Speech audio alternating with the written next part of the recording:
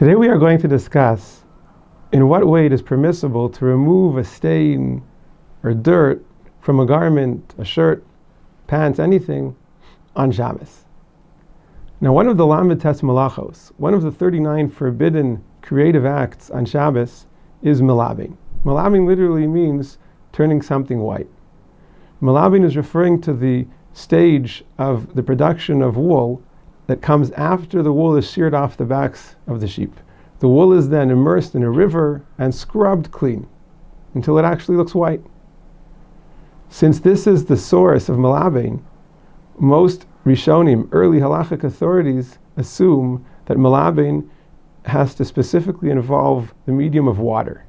Cleaning something without the medium of water would not involve a prohibition of melabing. And therefore, the Gemara says that if one has a stain, dirt, mud on a garment, it is permissible to remove it without the use of water. However, the Gemara provides one stipulation.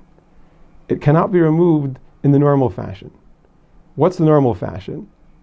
So the normal fashion, the Gemara says, would be to take the two sides of the garment and to hold them in either hand and to rub them between the hands until the dirt would come off. That would be prohibited. But what one could do is perhaps hold the garment from underneath, and then between his fingers he could rub the dirt. Or alternatively, he could use his nail to scrape it off, or even the blade of a knife to scratch it off.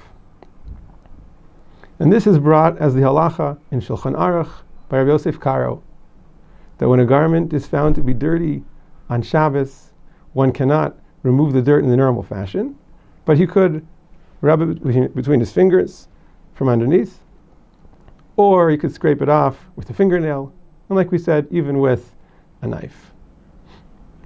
Now, if that dirt happens to be mud, there is one opinion that if the mud is dry, scraping it might involve a prohibition of tochen. Tochen means grinding. When you turn the mud into tiny pieces of sand, of dirt, that would be perhaps the malacha of tochen. Others disagree, but for all intents and purposes, this is not so practical because usually the dirt that we're dealing with is food and the like, cholent, and there would not be this issue.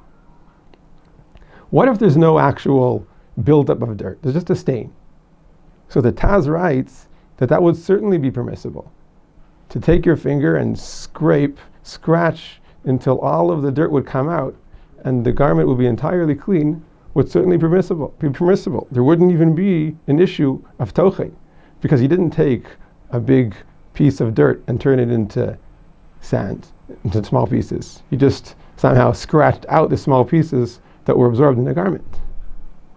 So according to the Taz, we see that when the Gemara permitted scraping clean a garment, the Gemara meant to say that it is permissible to scrape it absolutely clean, till no stain remains.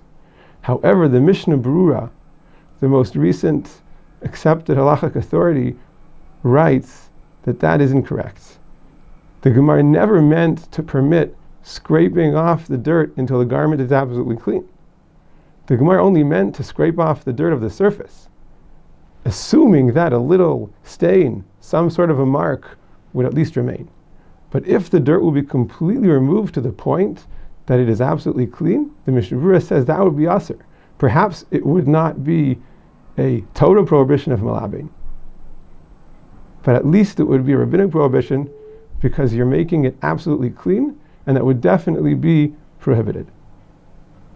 So, in conclusion, when one has dirt on his garment on Shabbos, it is certainly forbidden to use water to remove it.